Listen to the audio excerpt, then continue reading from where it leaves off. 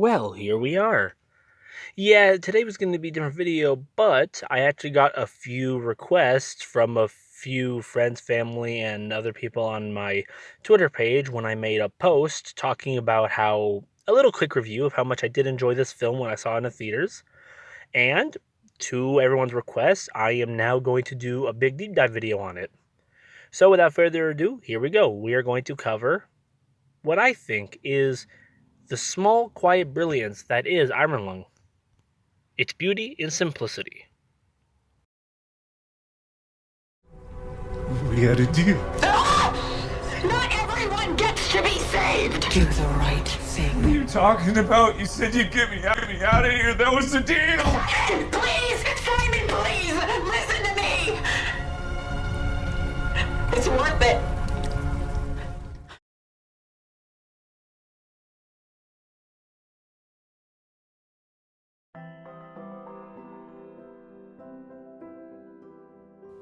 For this first part, we are just going to talk about why it worked as well as it did as an adaptation of a game. This movie, by Markiplier, is based on the old independently made video game Iron Lung, which used to be a big deal that was played everywhere online. And at first, people found the idea weird, but the more I sit with the movie, the more I think about it, it was actually the smartest call Markiplier ever could have made. Like I said in my post, Markiplier did know his strengths and his weaknesses when making a movie. He purposely went out of his way to find the most simplest, easy to film story, yet is also a very beautiful and well told story. Iron Lung is a very simple game. You just sit in an old handmade iron welded submarine, get dumped into a moon of nothing but blood, and that's the game. And the rest of the game is just exploring this blood-soaked area and just trying to find remnants of something that could lead to what caused this big, grand, quiet rapture. And that's the whole game. You just do that. Maybe sometimes you even find a computer in the submarine or try to find some little clues or hints here and there of stuff that happened. It's basically a very simple experience of just hit these locations while learning of lore the more we go on, and that is it. The most story and lore you'll get from this game is from the Easter eggs on the computer or from the opening text that appears in the game first starts. And something that I mentioned a few videos ago Hollywood couldn't even do, Markiplier did flawlessly. Markiplier was able to pull off adaptation perfectly. It even starts with, instead of the text, an actual beautifully read version of the text where it's read to you. It starts with this really well done shot of showing, the submarine being put together, showing it ready to be dumped into the blood, showing what we have in store for us. Even the opening gets you hyped. And then after the opening, it just proceeds to do what the game did, just gameplay of Markiplier as the character from the game, just going to the locations, snapping pics, until he's brought up for a second mission. The only differences in the story the movie does from the game is that the movie added in the plots of, alright, thanks for the pictures, that's literally all you do in the game, the end, but now we want you to ram the thing. And then that causes a big crash where he's lost. And then he ends up finding from a weird, big, almost drug trip-like kind of effect on him from being in there so long. Whether from loneliness or from the ocean itself talking to him, he ends up finding out the truth about the science crew that came down here, the original ship. And then from there he uses that as a bargaining chip, and then it turns into this big, sad, emotional ride of him trying to use that to live, having to finally accept in the end of the day sometimes, the life of many outweighs the life of one, as he has to sadly, slowly make that attempt and finally say goodbye, it's over. It's really tragic and adds a few layers. Instead of just the simplicity of just driving in the end, this game chose to add a few more chunks, all having to do with lore from the world of Iron Lung, which is really well done and placed in beautifully. Those are the parts that's great. That's another thing Markiplier did which made this even funny in the face of Hollywood. He released his movie around the same time as Silent Hill 2's horrible film, and while one movie by Hollywood is a big joke of a film that doesn't know how to adapt shit, Markiplier's was an extremely faithful adaptation with extra lore points that solely do nothing but add to it and don't change anything or ruin things, which is really well done to be admired. But now time to go a bit deeper. You deserve your freedom. And I'm sorry that I can't give that to you. But it's worth it. It is more than me. It's more than you. It's bigger than that.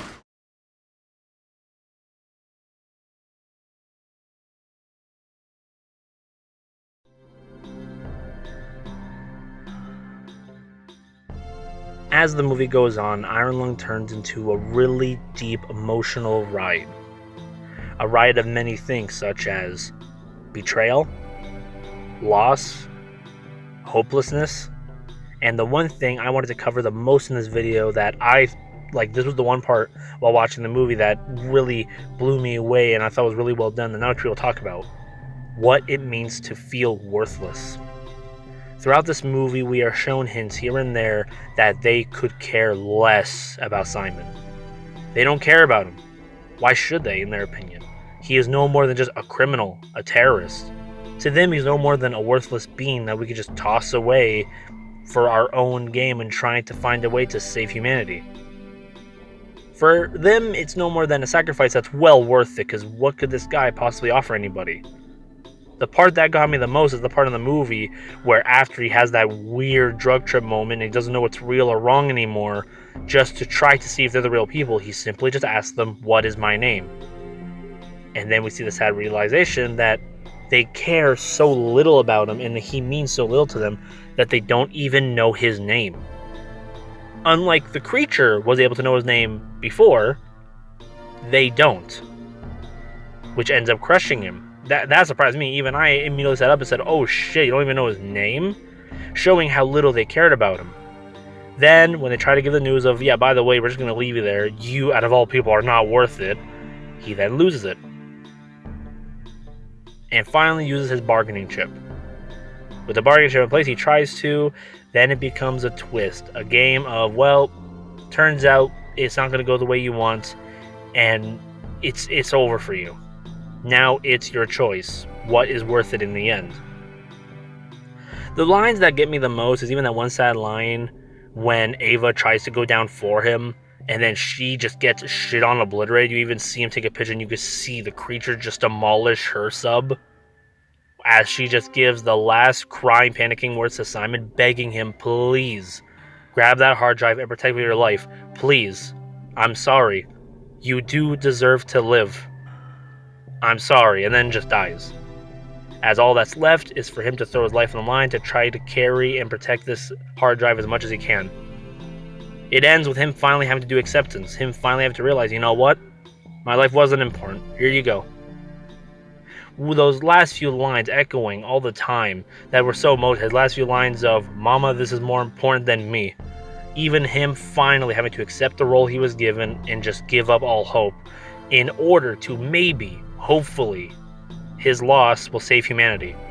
He didn't want this. He even established earlier in the movie all he wanted was to live. That was it. He just wanted to live and try to have a life.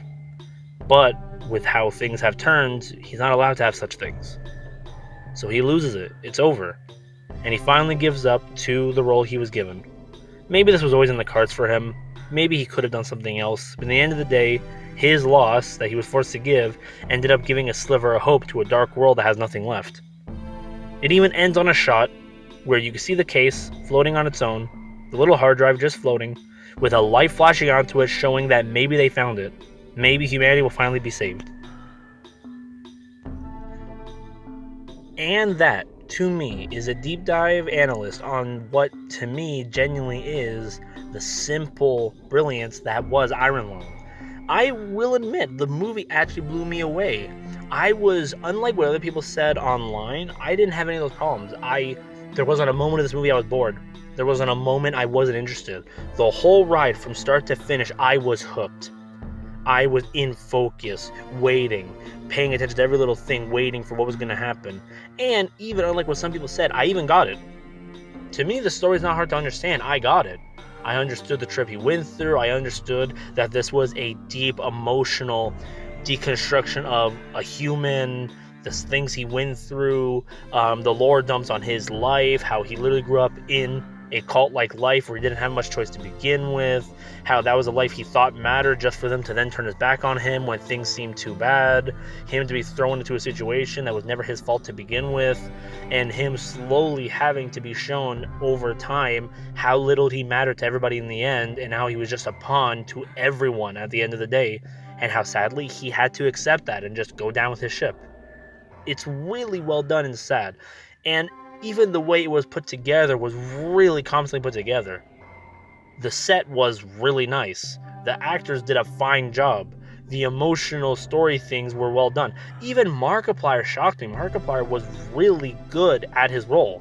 I believed every moment of struggle. I believed every moment of sadness and him breaking in his anger. He did a great job as acting too. Not just a great filmmaker, he was a great actor as well. I think he was right on point. I even went to go see this movie with a few of my family members who didn't even know who Markiplier was, who wanted to join because they were interested to see an independent film hit theaters.